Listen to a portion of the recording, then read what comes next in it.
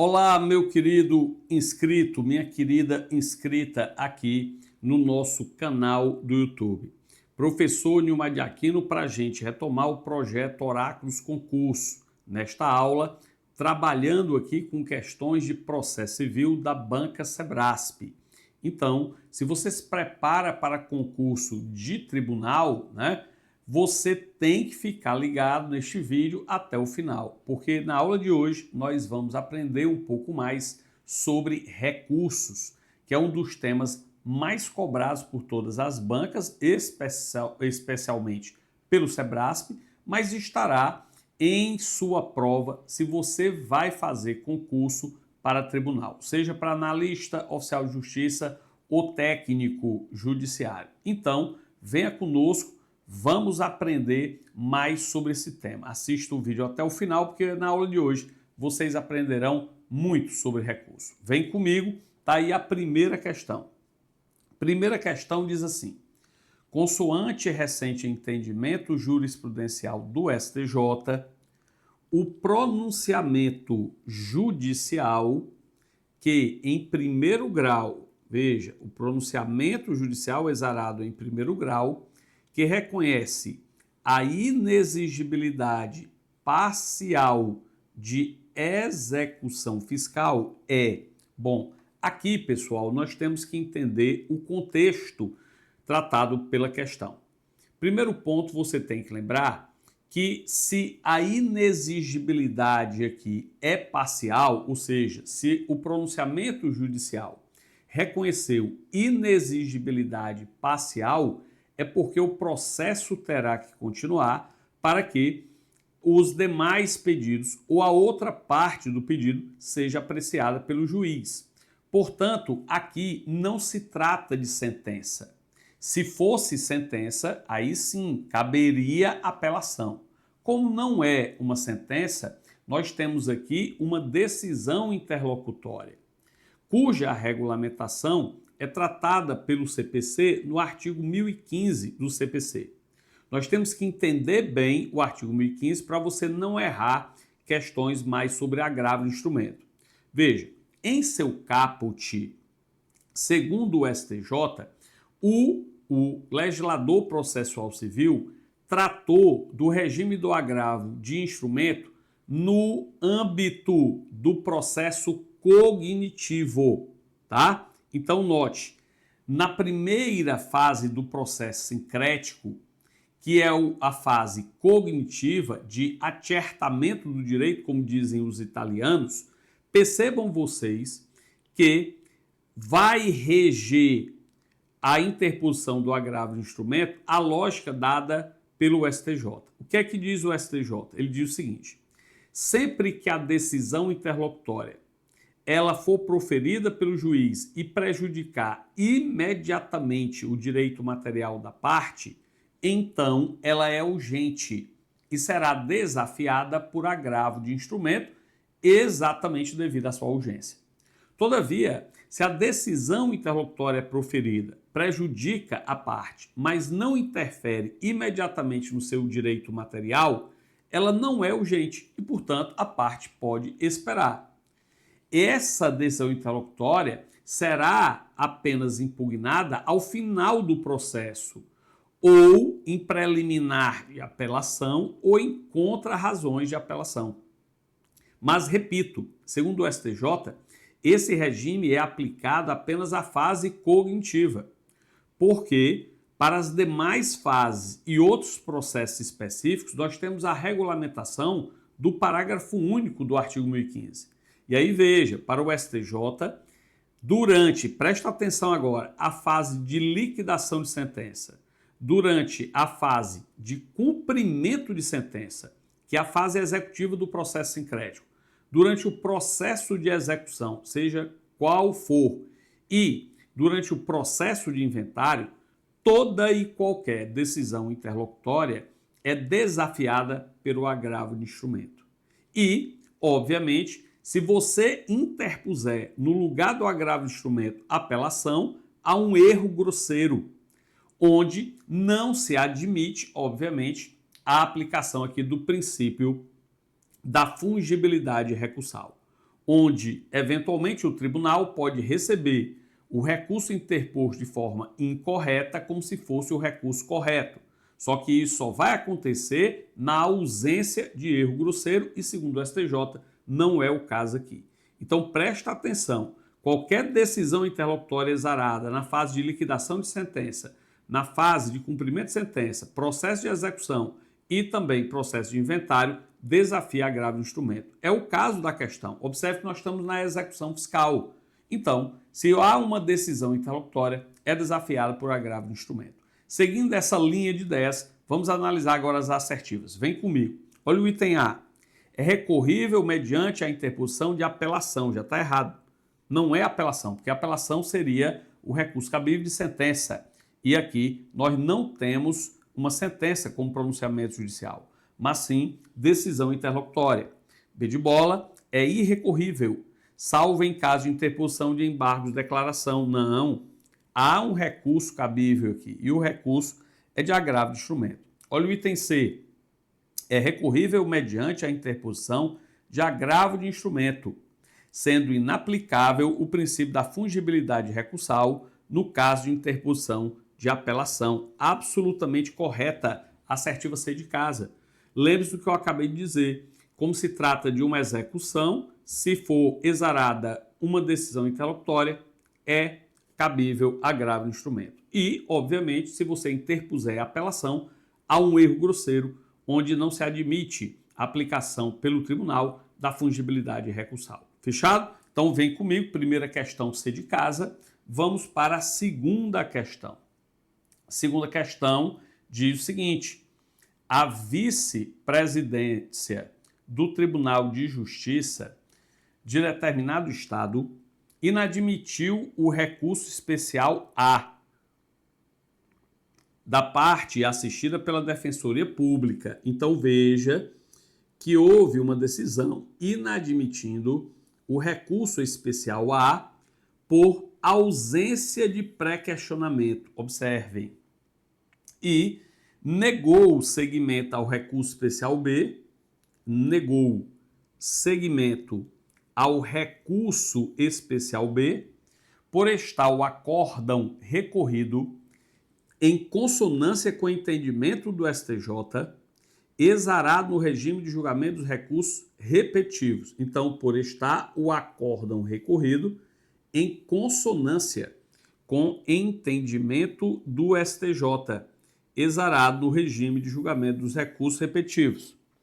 Nessa situação hipotética, a decisão em face do recurso especial A e a decisão em face do recurso especial B poderão ser impugnadas mediante. Ora, questão clássica que trata aqui das hipóteses de cabimento de espécies recursais. Cuidado, essa questão aqui já é de um nível bom. O aluno iniciante, ele não vai responder essa questão, obviamente, a não ser que ele utilize o teorema de Chutágoras, tá? O aluno já experiente, já com muito traquejo em processo civil, ele pode desenrolar essa questão. O aluno intermediário, ele está ali no caminho, né? Em vias de saber responder com celeridade e eficiência essa questão. Mas eu quero aqui dar o conhecimento para vocês entenderem. Veja, presta atenção que ele trabalhou com duas espécies recursais. O agravo em regime especial de RESP ou RE, no caso da questão é o agravo em regime especial de RESP, de recurso especial, e o outro agravo interno. Presta atenção que esse primeiro agravo, o agravo em regime especial, é também chamado de agravo de inadmissão. Note que o recurso, na origem, foi inadmitido exatamente por um problema de requisito recursal. Como assim? Um dos requisitos recursais exigidos em lei para o recurso não foi observado. Houve ausência de um requisito recursal.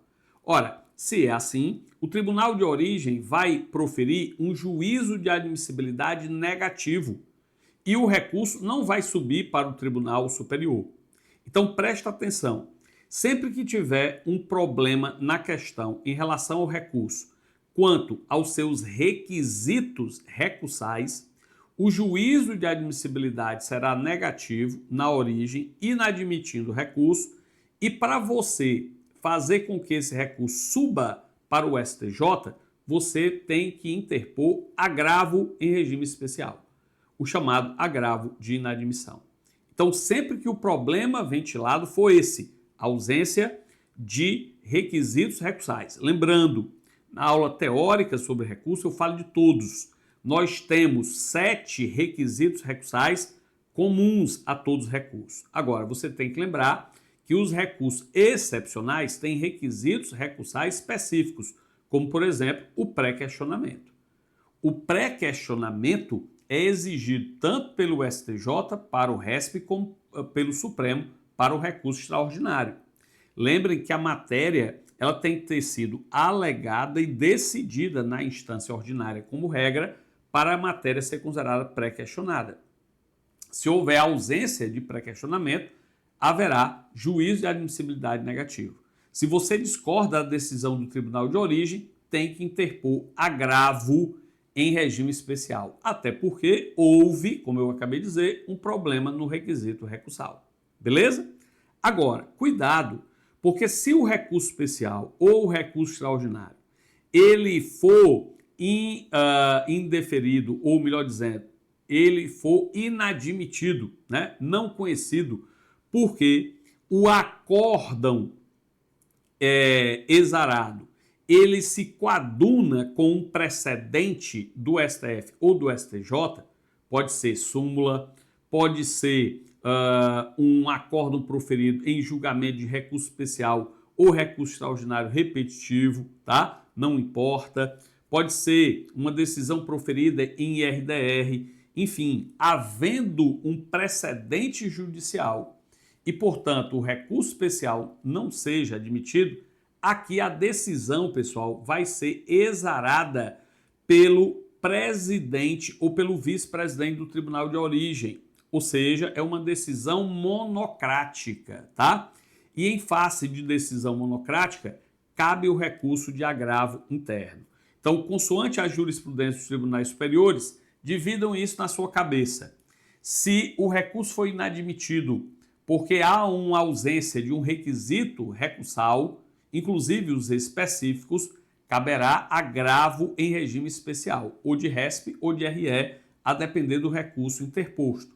Agora, se houver a inadmissão do recurso por qualquer outro motivo, que não seja esse primeiro, ausência de requisito recursal, a decisão é monocrática ou da presidência ou da vice-presidência, a depender do regimento interno, e caberá agravo interno, beleza? À luz disso, vem aqui comigo. Note, aqui a primeira decisão que inadmitiu, note, o recurso especial A, ela foi tomada, pessoal, por ausência de pré-questionamento. Ausência, portanto, de um pressuposto processual. Caberá o quê? Agravo em regime especial. Então, a primeira decisão aqui, ela é recorrida. Deixa eu colocar aqui, ó, para ficar organizado, né? Eu vou chamar sua atenção. Atenção, porque na primeira situação, nós temos decisão de ausência de pré-questionamento. Ausência de pré-questionamento, que é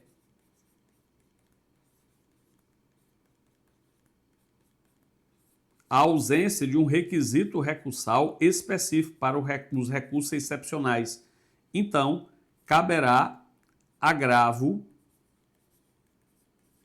em regime especial. É o chamado agravo de inadmissão especial. No caso aqui, em recurso especial, porque é o recurso interposto, né? Beleza. Agora, cuidado, veja, a outra decisão que negou seguimento ao recurso especial B é porque o acórdão recorrido estava em consonância com o entendimento do STJ. E, como eu te disse, Isso vai ser tomado em decisão monocrática. Monocrática. E não trata de ausência de requisito recursal. Então, o recurso cabível é o agravo interno, e isso já está pacificado na jurisprudência do STJ e do Supremo. Diante disso, veja, resposta correta, item A, agravo interno somente, errado, reclamação constitucional, pior. C de casa, agravo em recurso especial e reclamação constitucional, não.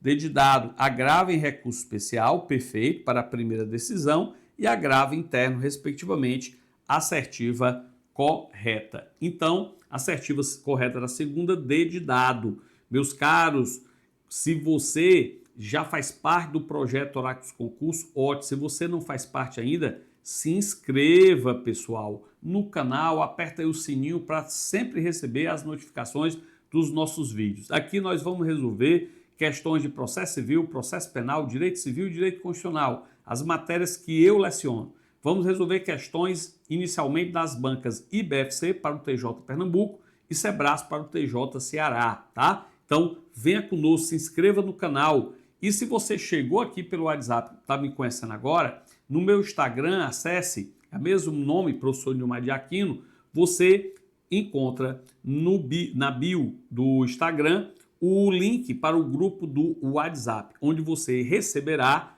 as questões, tá? E no dia posterior eu já comento aqui no canal todas as questões como estamos fazendo agora, beleza? Então treinem, resolvam questões, porque sem sombra de dúvidas, várias dessas aqui estarão na sua prova. Então vem aqui comigo, vamos aí, claro, não esqueça, né? Deixa o like, ajuda o nosso canal. Muita gente assiste, são poucos likes, algo em torno de 20% só das pessoas. Então, por favor, ajude o nosso canal em retribuição aí a esse esforço e preparação dessa aula. Deixe teu like, compartilha com teus amigos, chama aí os teus amigos para o nosso projeto, né? Se possível, ajuda o canal deixando o teu hypa aí o vídeo e vamos continuar, beleza? Vem comigo, vamos para a terceira questão, pessoal. Terceira questão diz assim: determinado organismo internacional ajuizou, pelo procedimento comum, ação de natureza civil em face da Apex Brasil. Deixa eu tomar aqui uma água. A ação foi distribuída para um órgão da Justiça Comum Brasileira, o qual possui competência constitucional para julgar o caso, tendo sido prolatada a sentença de procedência, tá? Nesse caso hipotético, caso deseje reformar a sentença, a Apex Brasil deve, nesse momento processual, interpor. Quero que você note que é um organismo internacional, tá?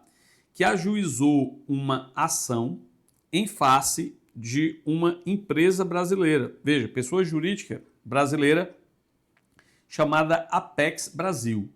E foi distribuído para um órgão da Justiça Comum Brasileira. A ação correu aqui no Brasil, tá? E ele quer saber qual é o recurso cabível aqui. Veja, pessoal, presta atenção que, pelo enunciado da questão, trata-se de um recurso específico chamado Recurso Ordinário Constitucional, o ROC, que é simplesmente chamado pelo CPC de recurso ordinário. Para que você compreenda as hipóteses de cabimento do recurso ordinário em sua integralidade, nós temos que fazer a junção da regulamentação do CPC com a Constituição Federal, tá? Ambas muito perguntadas em prova, tanto em processo civil como em direito constitucional. Então eu vou separar aqui para que a gente discuta o assunto, mas fique logo sabendo que caberá ROC, Recurso Ordinário Constitucional, para o STJ e também para o Supremo. Vamos trabalhar com cada uma dessas hipóteses. Vem comigo, eu vou colocar aqui para você, ó. Importante.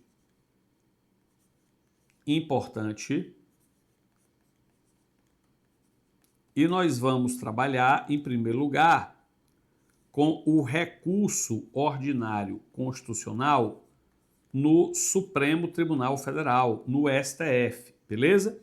E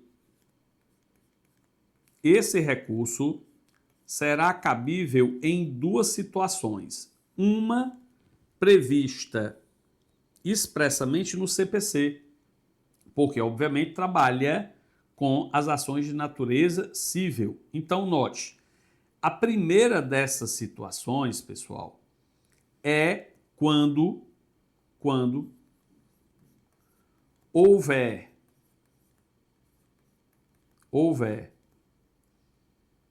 o julgamento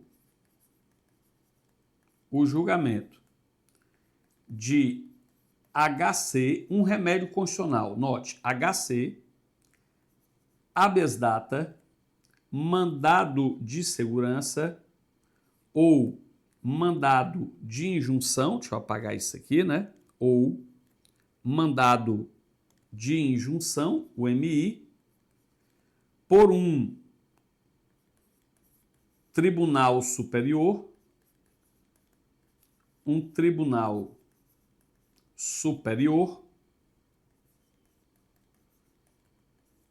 se denegatória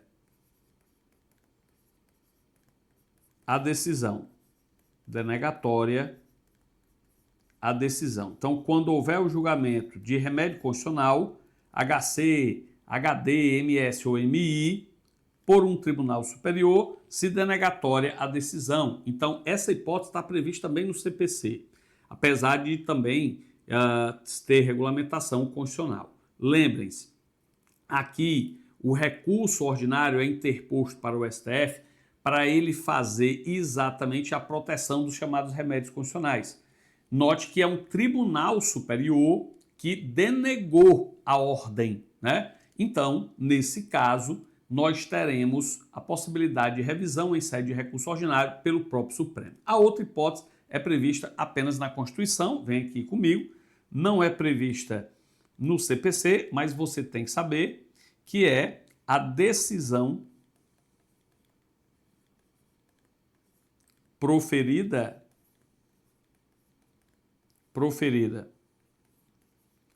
por um juiz federal, né? Porque aqui a competência é da Justiça Federal de primeira instância, a competência originária, né? Em crime político.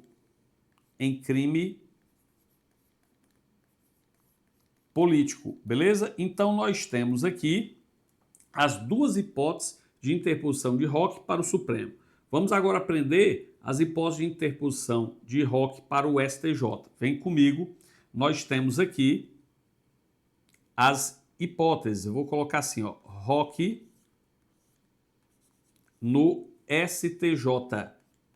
Nós temos aqui três situações, tá? Então, a primeira situação é quando um Estado estrangeiro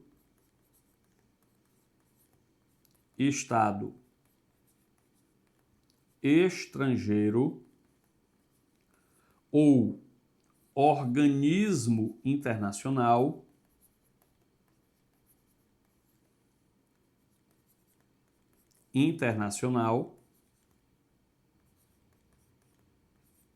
ajuiza ação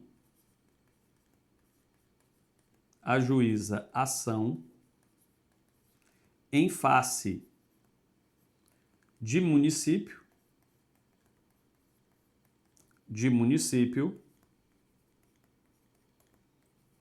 ou pessoa. Note, essa pessoa pode ser natural ou jurídica.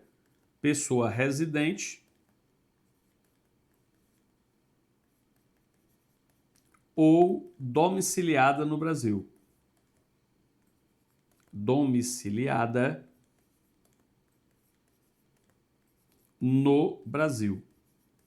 Tá?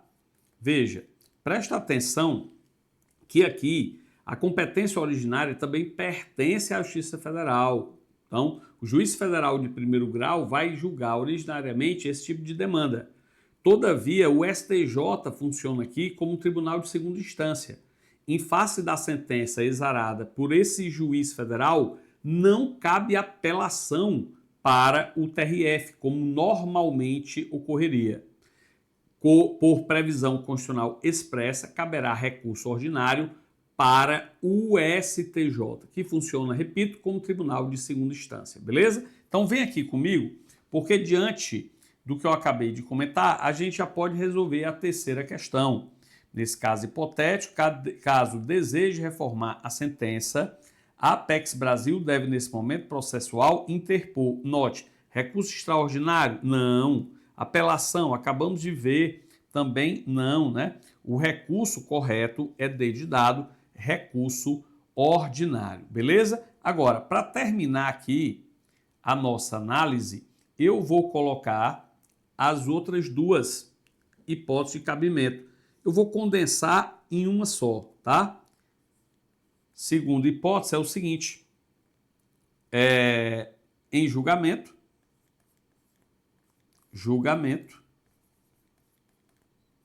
caberá ROC da decisão que julga, né? HC ou mandado de segurança, lembrando que o CPC fala apenas do MS, mas eu estou falando do HC também, já fazendo menção ao processo penal, tá? Decidido em única ou última instância pelos tribunais, pessoal, de segunda instância, ou seja, pelo TRF, os TRFs, ou pelos tribunais de justiça, tá? Quando denegatória a decisão, quando denegatória a decisão. Então, observem que nós teremos aqui a decisão exarada agora não por um tribunal superior, porque se fosse tribunal superior, caberia ROC para o Supremo. Aqui é um tribunal de segunda instância, TRF ou TJ, beleza? Cuidado com esse tipo de questão, meu povo.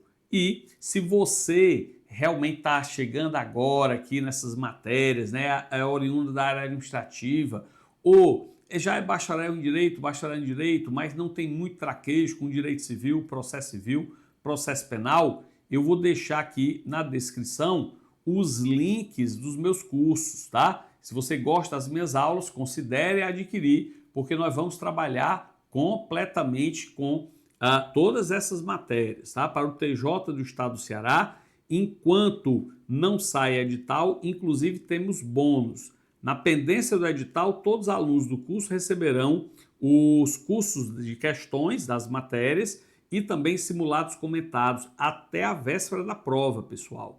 Lembre-se, bônus, tá? Além do curso teórico, curso de questões e também simulados comentados.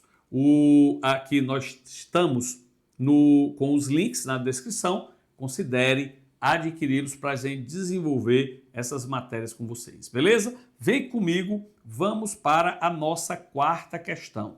Deixa eu tomar aqui uma água e na quarta questão nós temos o seguinte. No que diz respeito aos recursos de natureza ordinária, assinale a opção correta. Item A.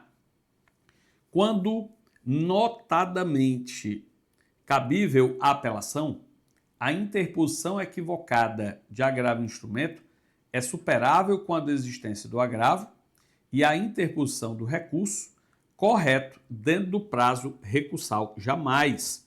Prestem atenção aqui que haverá, toda evidência, preclusão consumativa. Note que você tem um prazo recursal para interpor o recurso correto, o recurso cabível. Se você interpõe um outro recurso, um recurso incorreto, esse teu recurso não será conhecido. E você não pode, mesmo que esteja dentro do prazo recursal, interpor o recurso que você considera adequado, porque haverá preclusão consumativa. O prazo recursal originário preclui, você não tem mais a prerrogativa de interpor outro recurso. Beleza? Vem comigo, vamos para a assertiva B de bola. Na aplicação da teoria da causa madura na apelação, o tribunal, ao julgar o mérito, poderá analisar todos os capítulos da sentença, independentemente de eles terem sido objeto do recurso errado. No curso teórico aqui de recurso, eu falo de todos os efeitos recursais. E esse aqui é o efeito devolutivo. Você não pode esquecer que o efeito devolutivo, ele tem duas dimensões. Uma dimensão horizontal e outra dimensão vertical. A dimensão vertical diz respeito à profundidade do recurso. E o tribunal só pode apreciar aquele capítulo que foi expressamente devolvido à sua análise pelo recorrente.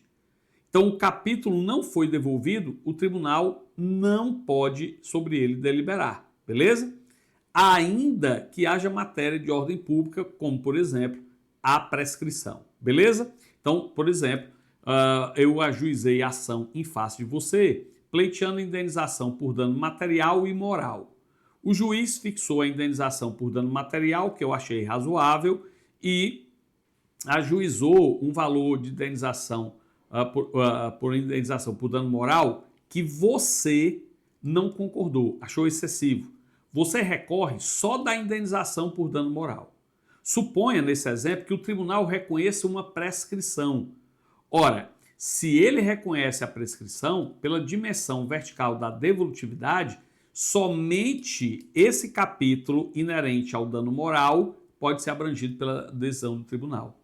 Porque a outra decisão, a outra parte do pedido, que diz respeito à indenização por dano material, já transitou em julgado. Então não pode ser afetado pela decisão do tribunal. Daí o erro da assertiva.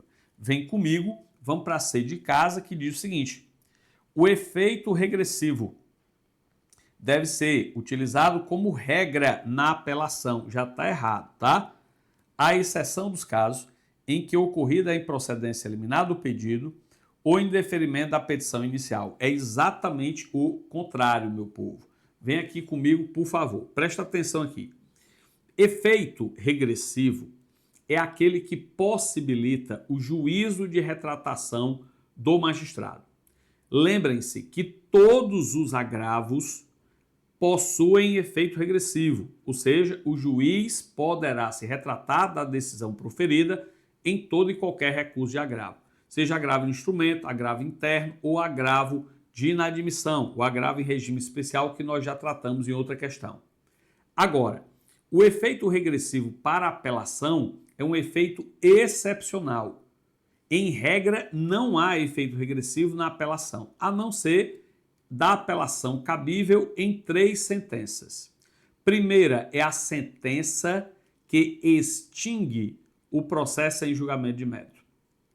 Toda e qualquer sentença que extingue o processo em julgamento de mérito desafiará a apelação dotada de efeito regressivo. É exatamente o contrário do que diz a questão, porque a sentença que indefere a petição inicial extingue o processo sem julgamento de mérito. A segunda exceção é a improcedência liminar do pedido.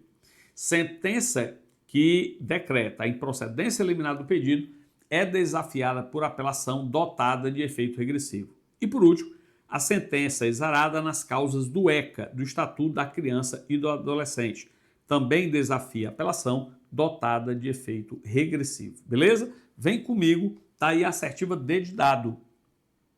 Se o agravo de instrumento contra decisão que julgou parcialmente o mérito for, olha o que é que ele diz, for conhecido e não provido em decisão não unânime, o julgamento terá prosseguimento em sessão a ser designada com a presença de outros julgadores em número suficiente para garantir a possibilidade de inversão do resultado inicial. A assertiva aqui, pessoal, é errada. A questão aqui, meus caros, ela trata da técnica da ampliação do colegiado, que você vai utilizar em 3 situações. ou no julgamento de apelação, quando o julgamento é não unânime, ou no julgamento de agravo de instrumento, também não unânime, e de ação rescisória, também não unânime. Só é possível nessas três situações. Lembrando que em relação ao agravo do instrumento, é quando houver reforma, tá? Reforma da decisão por não unanimidade, né? Que julgar parcialmente o mérito. Ora, se é reforma, é porque o recurso ele foi conhecido e depois apreciado o mérito. Aqui na questão, note, ele está dizendo exatamente o contrário. Ele foi conhecido, ó, beleza, mas não foi provido, ou seja, não foi provido, não reformou a decisão, daí o erro, porque como eu disse, tem que reformar a decisão. E por último, a existência de premissa equivocada para a solução da causa permite oposição de embargos de declaração, conforme entendimento do STJ e do Supremo, assertiva correta. Presta atenção aqui, ó, porque a gente já viu, inclusive em cursos teóricos e outras questões comentadas aqui, que os embargos de declaração representam um recurso com causa de pedir vinculada. Você só pode interpor embargos de declaração no caso de omissão, contradição, obscuridade ou para corrigir erro material. Ora, presta atenção que quando o julgado adota uma premissa equivocada, errada para o julgamento da causa, essa decisão não deixa de ser contraditória, né? Claro, você fundamentou toda a demanda numa premissa, o juiz analisou outra totalmente diferente. Então, para os tribunais superiores, caberá sim embargos de declaração. Beleza? Vem comigo, vamos para a quinta questão. Quinta questão que versa sobre os recursos nos juizados especiais. Muito importante. A de avião, que diz o seguinte: o acórdão proferido pela turma recursal dos juizados especiais pode ser impugnado por recurso especial, caso viole lei federal, ou recurso extraordinário, caso viole a Constituição Federal. Errada a assertiva. Presta atenção, ainda que você não saiba as posições simuladas pelo STF, pessoal, a respeito da matéria, basta você lembrar o seguinte: já está pacificado o entendimento segundo o qual, inclusive pelo próprio Supremo, que a estrutura orgânica dos juizados especiais, ela abrange 3 órgãos. O juízo de primeiro grau, que é o juízo de base do juizado, as turmas recursais e o Supremo Tribunal Federal. Observe, estão fora dessa estrutura orgânica dos juizados os tribunais de justiça e também o STJ. Então, note, TJ e STJ não integram a estrutura orgânica dos juizados especiais. Ora, como é que vai caber, então, recurso especial para o STJ se ele nem faz parte da estrutura orgânica dos juizados? Só por aí você já mata a questão. Traz aqui comigo, assertiva errada, o item A, então, errado. E você tem a súmula 640 do Supremo Tribunal Federal, dizendo exatamente isso, né? Cabe recurso extraordinário de decisão proferida por juiz de primeiro grau nas causas dos juizados, né? Ou por turma recursal, ou seja, não tem STJ. Do mesmo jeito que a súmula 203 do próprio STJ aduz que não cabe recurso especial em face de decisão exarada por turma de juizado especial. Por quê? Porque não faz parte da estrutura do juizado, como vimos. Beleza? B de bola. No sistema dos juizados especiais, os embargos de declaração suspendem, está errado, o prazo para interposição dos demais recursos. Veja, era assim antes da vigência do CPC de 2015. Antes da vigência do CPC, a interposição de embargos nos juizados suspendia o prazo para a interposição de outros recursos. Agora não. Com o CPC de 2015, houve a reforma da Lei 9.099/95 para também deixar o regime agora uniforme, tanto no procedimento comum como no procedimento sumaríssimo dos juizados especiais. A interposição de embargos interrompe o prazo para as demais modalidades recursais. Vem comigo, sei de casa, diz o seguinte: a Procuradoria Estadual goza de prazo em dobro para a interposição de recurso extraordinário contra a decisão de turma recursal dos juizados especiais. Está errado isso aqui, pessoal. Prestem atenção que esse prazo dobrado seria, obviamente, obedecido no procedimento comum, que é regulamentado pelo CPC, tá? Aqui, especificamente, nós temos um regime próprio no juizado, que é regulamentado pela Lei 12.153 de 2009, que aduz expressamente que não haverá nenhum prazo diferenciado para a atuação das procuradorias nos juizados especiais. Pelo contrário, diz lá que elas são citadas e intimadas, né, para comparecer à audiência de conciliação no prazo de 30 dias, tá? Então já há prazo específico para as procuradorias. Vem comigo, vamos para a assertiva D de dado, que diz assim: diante da ausência de comprovação do preparo de recurso nos juizados especiais, o recorrente deve ser intimado à realização do pagamento em dobro do valor. Assertiva errada. Presta atenção aqui. Veja, realmente o CPC ele é utilizado como legislação subsidiária pelo procedimento sumaríssimo.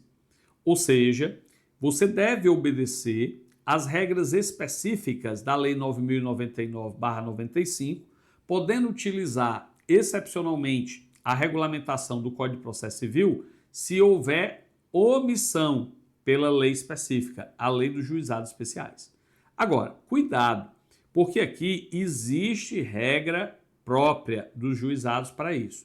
Veja que no regime do CPC, se realmente você nada preparou, você não fez o preparo do recurso, como punição você será intimado para fazer o depósito do preparo em dobro, sob pena de deserção. Aqui nos juizados existe regra própria. Independentemente de intimação do recorrente, ele deve realizar o preparo do recurso no prazo de 48 horas, independentemente de intimação, como eu disse, sob pena de deserção. Aqui no juizado especial não tem colher de chá. Não preparou o recurso será deserto e não será conhecido. Fechou? Vem comigo. E por último nós temos que o recurso nos juizados especiais terá efeito suspensivo op iudicis. Efeito suspensivo op iudicis. A assertiva, pessoal, ela está correta. Presta atenção aqui. O efeito suspensivo pode decorrer diretamente da lei ou por intermédio de uma decisão judicial. Quando ele decorre diretamente da lei, ele é chamado de op legis, tá? Op legis. Cuidado, porque os recursos nos juizados não são dotados de efeito suspensivo op legis, ou seja, decorrente da lei. Pelo contrário, a lei expressa em afirmar que os recursos são dotados de efeito devolutivo e o juiz pode reconhecer o seu efeito suspensivo. Portanto, os recursos do juizado especial são dotados de efeito suspensivo op iudicis, ou seja, decorrente de uma decisão judicial excepcional. Beleza? Então, com isso, nós terminamos a análise das questões de hoje. Espero que vocês tenham gostado. E aí, já posso pedir mais uma vez que você deixe o seu like, se ainda não deixou, se inscreva no canal, ative aí o sininho, compartilhe com seus amigos e, por que não, vou pedir para vocês colaborarem no canal deixando o seu hypar. No mais, gratidão a todos, fiquem com Deus, até a próxima, se Deus quiser.